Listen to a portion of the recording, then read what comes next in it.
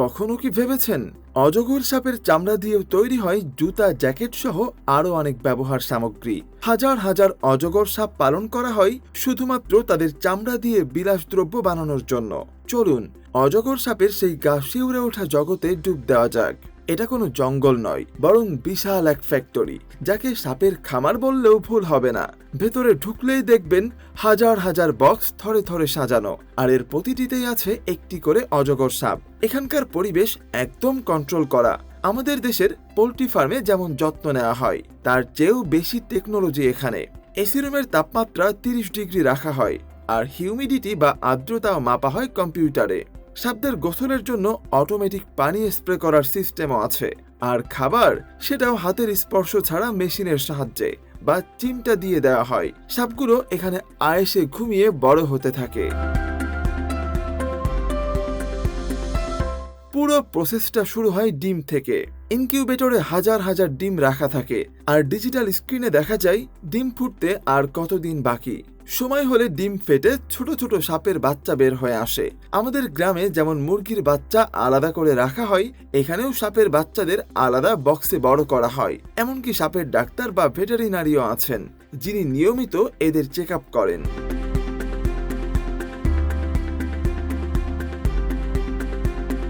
সাপগুলো যখন বড় হয় তখন তাদের অন্য জায়গায় নিয়ে যাওয়ার পালা।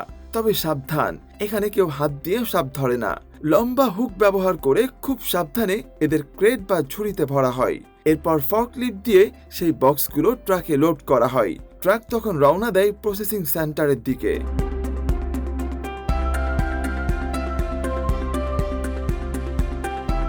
এরপর ট্রাক এসে থামে এক ঝনঝনে স্টেইনলেস স্টিলের কারখানায়। এখানকার কর্মীরা বিশেষ পোশাক পরে কাজ করেন। প্রথমে সাপগুলোকে ইলেকট্রিক শক দিয়ে অজ্ঞান করা হয় এবং খুব দ্রুত মেরে ফেলা হয়, যাতে তারা কষ্ট না পায়।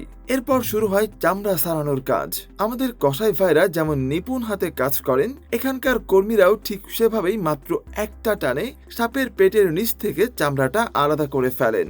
এরপর সেই কাঁচা চামড়া কেমিক্যাল বা প্রিজারভেটিভ লিকুইডে ডুবিয়ে রাখা হয়, যাতে পচে না যায়। কিন্তু এটা তো এখনো কাঁচা চামড়া, লেদার হয়নি, তাই পাঠানো হয় ট্যানারিতে। এখানে বড় বড় ওয়াশিং মেশিনের মতো ড্রামে চামড়াগুলো ধোয়া হয়। এরপর একটি বিশেষ মেশিনে চামড়ার উল্টো পাশে লেগে থাকা মাংস বা চর্বি চেষে ফেলা হয়। কর্মীরা লাইটের নিচে রেখে খুব ভালো করে চেক করেন চামড়ায় কোনো খুঁত বা দাগ আছে কিনা। এবার চামড়াগুলোকে বড় কাঠের ড্রামের ভেতর কেমিক্যাল দিয়ে ঘন্টার পর ঘন্টা ঘোরানো হয়, অনেকটা আমাদের ওয়াশিং মেশিনে কাপড় কাচার মতো। এই প্রসেস শেষ হলে চামড়াগুলো হালকা নীল রঙের হয়ে বের হয়। এরপর মেশিনের চাপে এর ভেতর থেকে সব পানি বের করে ফেলা হয়। ভেজা চামড়া শুকালে কুঁচকে যেতে পারে, তাই এগুলোকে বড় ফ্রেমে পিন দিয়ে টান টান করে আটকানো হয়। আমাদের দর্জিরা যেমন কাপড় মাপ মতো কাটে, এখানেও তেমন যত্ন নেওয়া হয়। এরপর এগুলো গরম টানেলের ভেতর দিয়ে গিয়ে শুকিয়ে যায়, কিন্তু শুকানোর পর চামড়া অনেক শক্ত হয়ে যায়। তাই স্টেকিং নামের এক মেশিনে এটাকে ভাইব্রেট বা ঝাঁকুনি দিয়ে দিয়ে একদম মাখনের মতো নরম করা হয়। এবার সেই ফাইনাল লুক দেওয়ার পালা। স্প্রে গান দিয়ে চামড়ার উপর নিখুঁতভাবে রং করা হয়। রং করার পর সাপের সেই প্রাকৃতিক ডিজাইনটা ফুটে ওঠে। এরপর গরম রোলার দিয়ে ইস্ত্রি করার মতো করে ঘষা হয়, যাতে চামড়াটা চকচকে বা গ্লসি দেখায়। কোয়ালিটি কন্ট্রোল অফিসাররা গ্লাভস পরে হাত দিয়ে চেক করেন সবকিছু পারফেক্ট আছে কিনা। ব্যাস, রোল করে প্যাক করা হলো শিপিং এর জন্য।